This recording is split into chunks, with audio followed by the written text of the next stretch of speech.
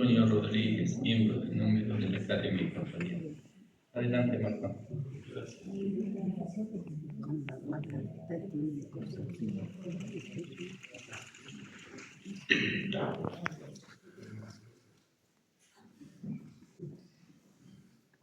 Mis queridos compañeros de la Academia Ecuatoriana de la Lengua,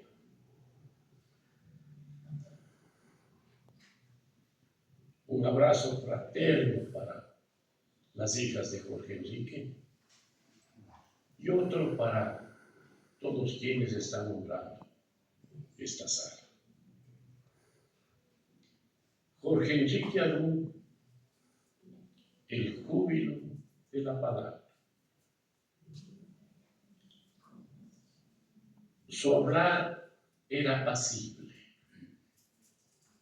degustaba las palabras como escanciando las últimas gotas de un licor aún no inventado, e hilvanaba sus espléndidas ideaciones, matizándolas con una sutil ironía, el deslace que hería solo cuando se trataba de grabar a fuego la estupidez humana. Con el mismo acento decía su poesía, sin asomo de afectación, cordial, solidario, maestro, amigo. El cigarrillo pirueteaba de sus dedos a sus labios y saboreando breves sorbos de vodka. Usaba trajes casuales, aborrecía la corbata y alguna vez que la usó fue Nicole, su compañera que no pudo con su partida definitiva y fue siguiéndolo lo más aprisa que pudo, la encargada de mal ayudar. Oficio de leer, pensar, crear y de ser un fiel militante de la dignidad humana, el de Jorge Enrique Alú. Hermanazo fue el trato que me otorgó.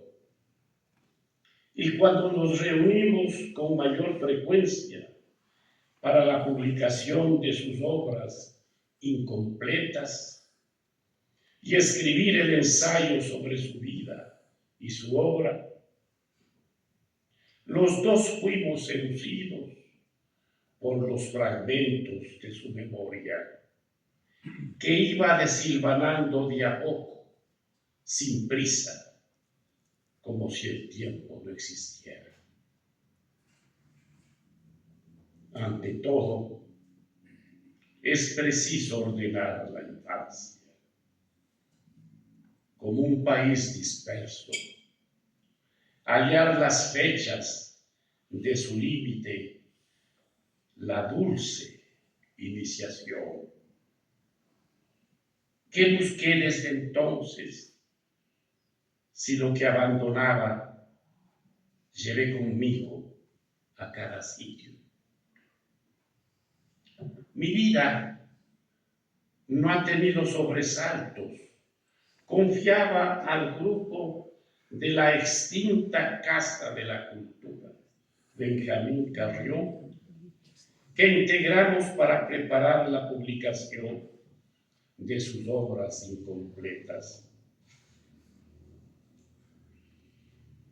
Ha sido muy lisa mi vida, proseguía, afectiva y políticamente. No hay grandes rupturas. Tal vez cuando me fui por 6 meses con la UNESCO y me quedé 25 años, y ahí la escritura se convirtió en una profesión para mí y me jodí. Pienso que el escritor es el único cazador de su propia sombra.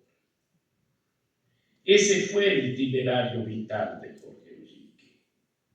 Búsqueda sin reposo, rastreo y caza de la palabra.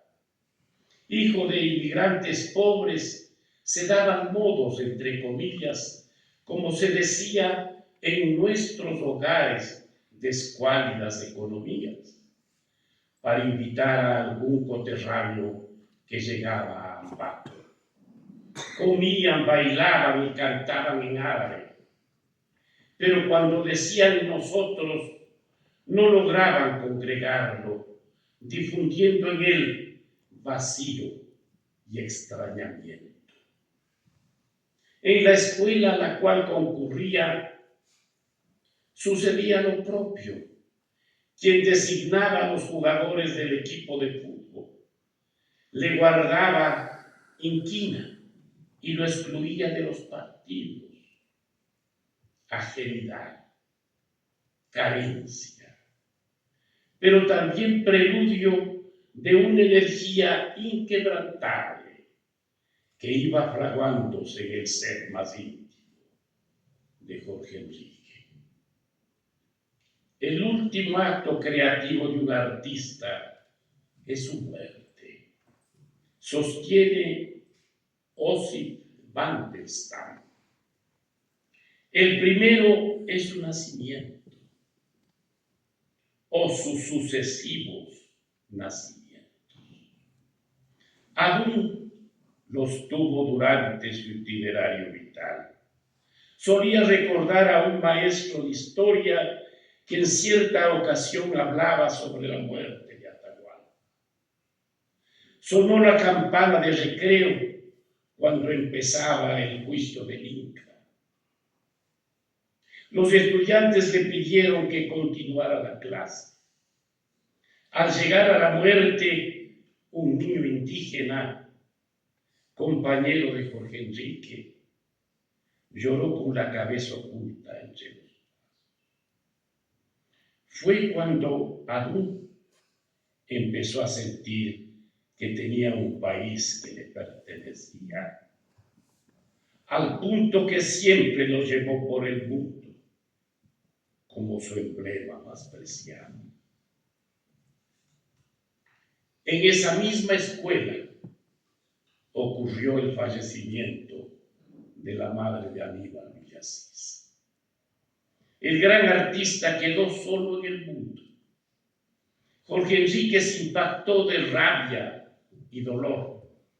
Si Dios es la más alta encarnación del amor, ¿por qué dejaba a su compañero en el desamparo?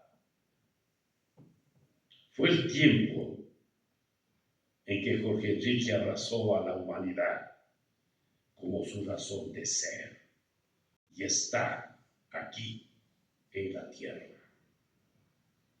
Y la estrechó en acto de fe proverbial y único.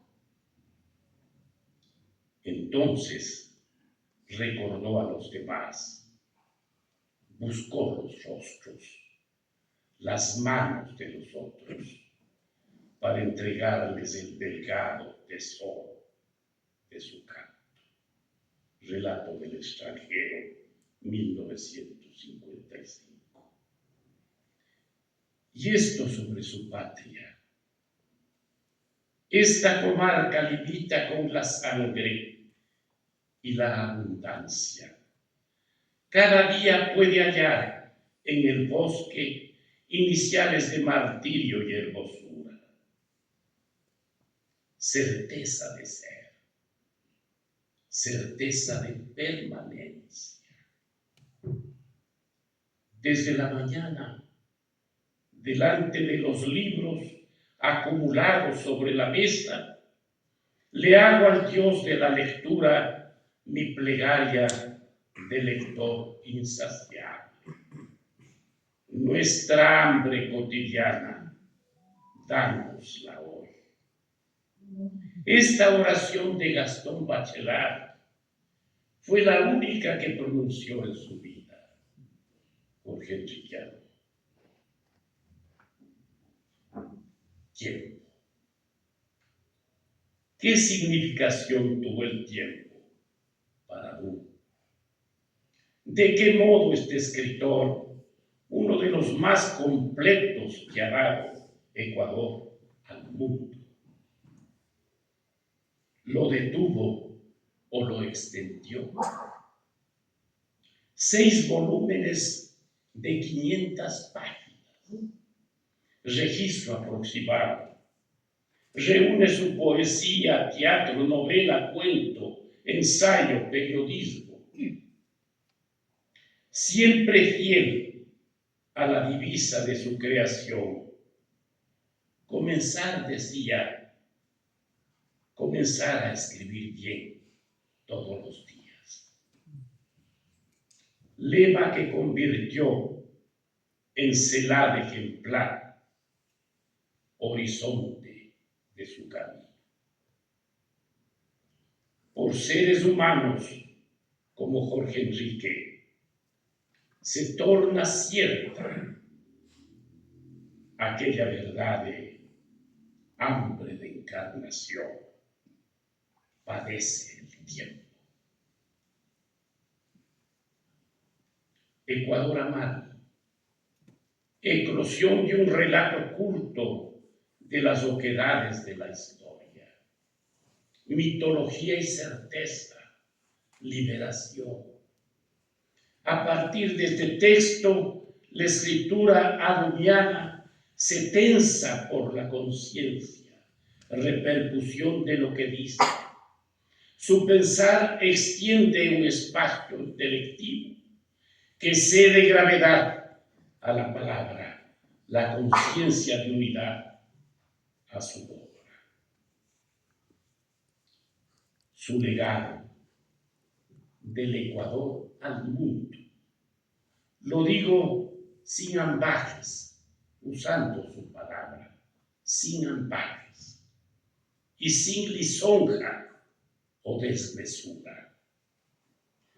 Merece ser reconocido en toda su magnitud. Lo afirmo pensando en voz alta, no cuchicheando ni empequeñeciendo lo nuestro, como solemos hacer los ecuatorianos. Basta del persistente sentimiento de minusvalía. Todavía se escucha y se lee esa muletilla cursi de salvando las distancias cada vez que a un artista nacional lo compara con otro de cualquier lugar del mundo. Pacto secreto con la otredad, el de Jorge Enrique. Esa singular destreza proyectada por la urdimbre de nosotros y nuestros actos cotidianos. Simulación o aprehensión, más bien, de que somos otros sin cesar de ser y dejar de estar en donde estamos, a sabiendas de que nuestro verdadero ser siempre está en otra parte. Y esa otra parte significa aquí mismo, mientras hacemos esto o esto otro. Elusiva, la otredad se funde con la creación literaria de Aru, obra la suya que se yergue como exhortación de cómo un ser humano que abordó las cimeras demandas de la inteligencia y del espíritu trascendió las fronteras del tiempo. Frisaba los 13 años cuando se convirtió en editor de los libros que su padre escribía sobre esoterismo. Todo el día el padre del poeta escribía a mano sus cuadernillos Aún los pasaba máquina, corrigiendo de paso el estilo. Un buen día su padre, patriarca intolerante e inflexible, palabras de Jorge Enrique, prohibió que se hablara en la mesa. Jorge Enrique le respondió que era el único momento en que la familia se juntaba y por tanto la única posibilidad de saber qué le dolía a cada uno.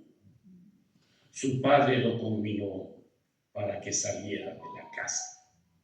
Entonces decía Jorge Enrique, por amor propio decidí irme por el mundo. Alumno del San Gabriel, destacaba en los concursos del colegio jesuita, poesía y cuento. Pero conocí el amor, como confesaba, o algo parecido. Entonces empecé a cometer versos sin descanso. Le ocurrió lo que Antonio Prieto llama la sangría de versos. Ese momento en que el poeta, al descubrir el amor o algo parecido, se ve inundado por una profusión de versos.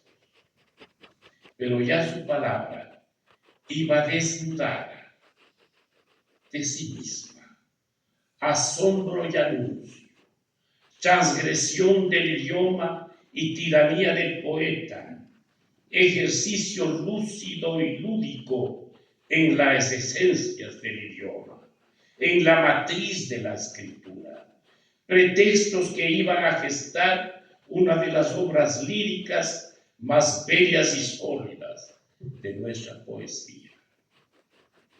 No experimentalismo del ser, como se ha reiterado tantas veces, fascinación por la palabra y ahondamiento en su sustancia, inmersión y levantamiento, ebullición y enmienda, revelación y rebelión, más que movimiento, conmoción, seducción e impulso centrífugo que lo conduce a la osamenta de la palabra.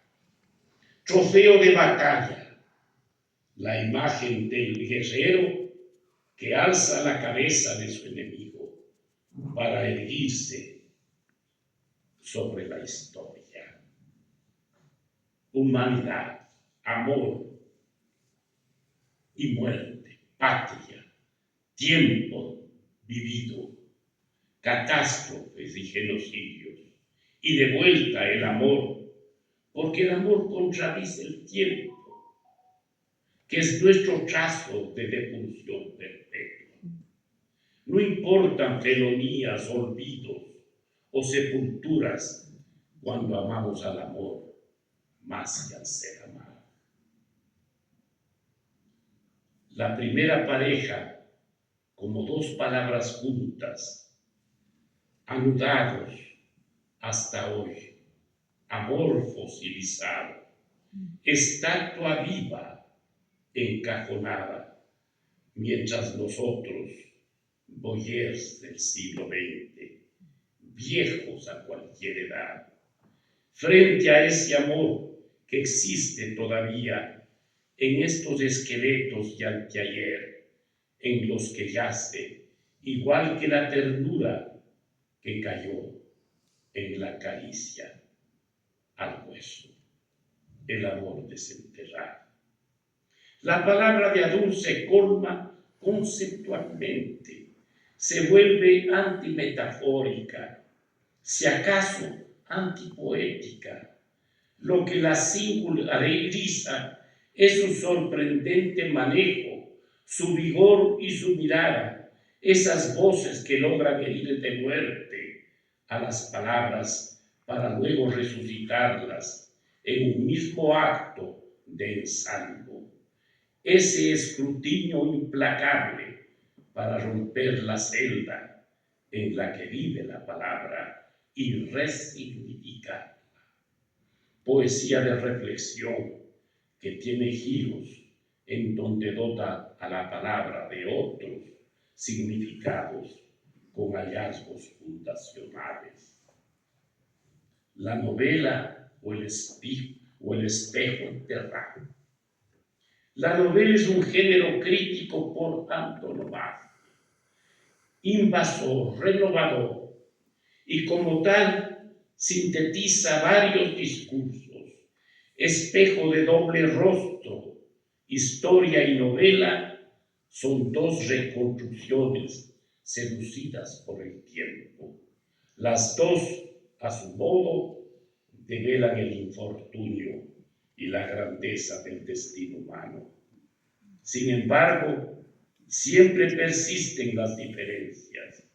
La historia es un saber científico, la novela un saber de ficción.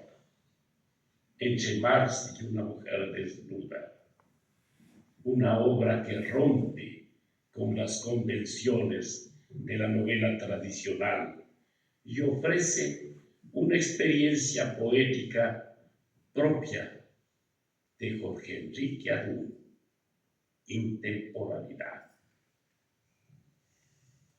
Su teatro, nuestra historia en metáforas.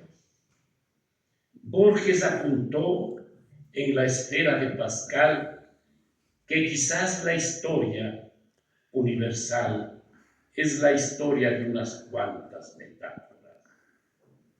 Quizás la dramaturgia de Adún haya sido un intento por actualizar las metáforas de nuestra historia patria. En el sol bajo las patas de los caballos hay un intento cierto de interpretación dialéctica de la conquista que surgió después del estreno de la obra en Suiza.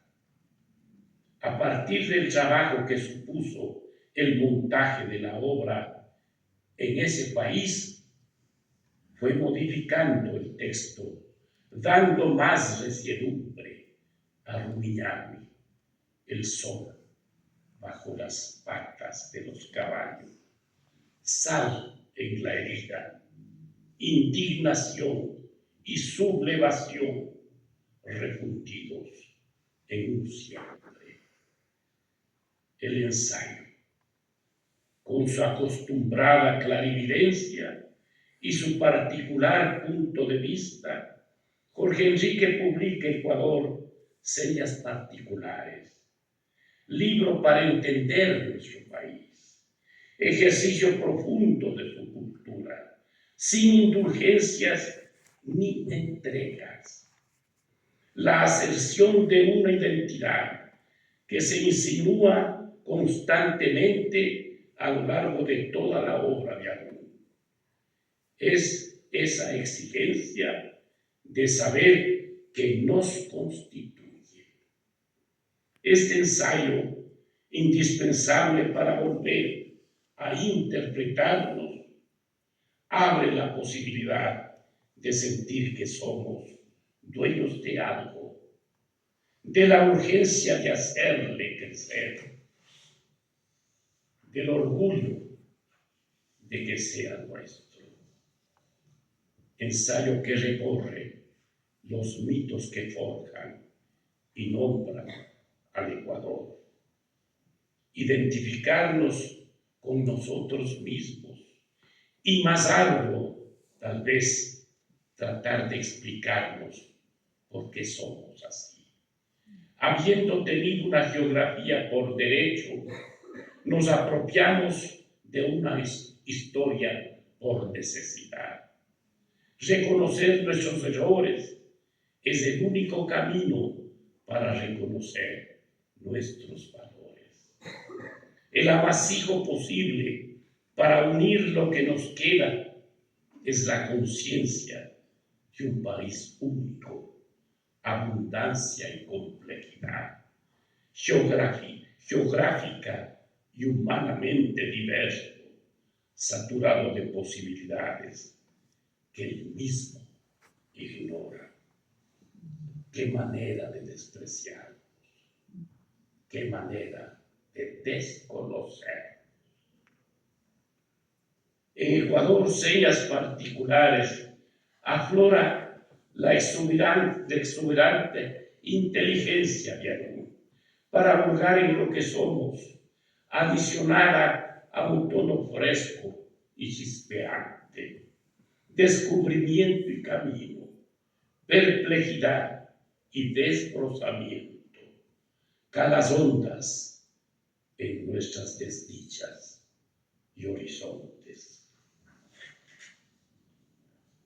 Ya viejo, me decía el manazo, con mayor reflexión, mayor certeza en muchas cosas, con menos esperanza en otras, pero por lo general el mismo camino.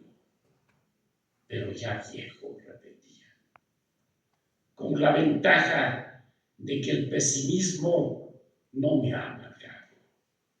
Veo las cosas como son, algunas las admito, otras no, en la medida que uno pueda seguir luchando contra lo mismo y por lo mismo. Estoy convencido, digo y creo, de que sin él seríamos menos de lo que somos. Nuestra vida, la de los ecuatorianos y la de quienes pueblan nuestra América, hubiera sido más triste y más pobre. La de quienes lo han leído y también la de quienes jamás lo han leído. Porque hay escritores como él, cuya obra desborda las páginas de sus libros. Jorge Enrique Arun, el cazador de su propia sombra, habitado siempre por los condenados de la tierra.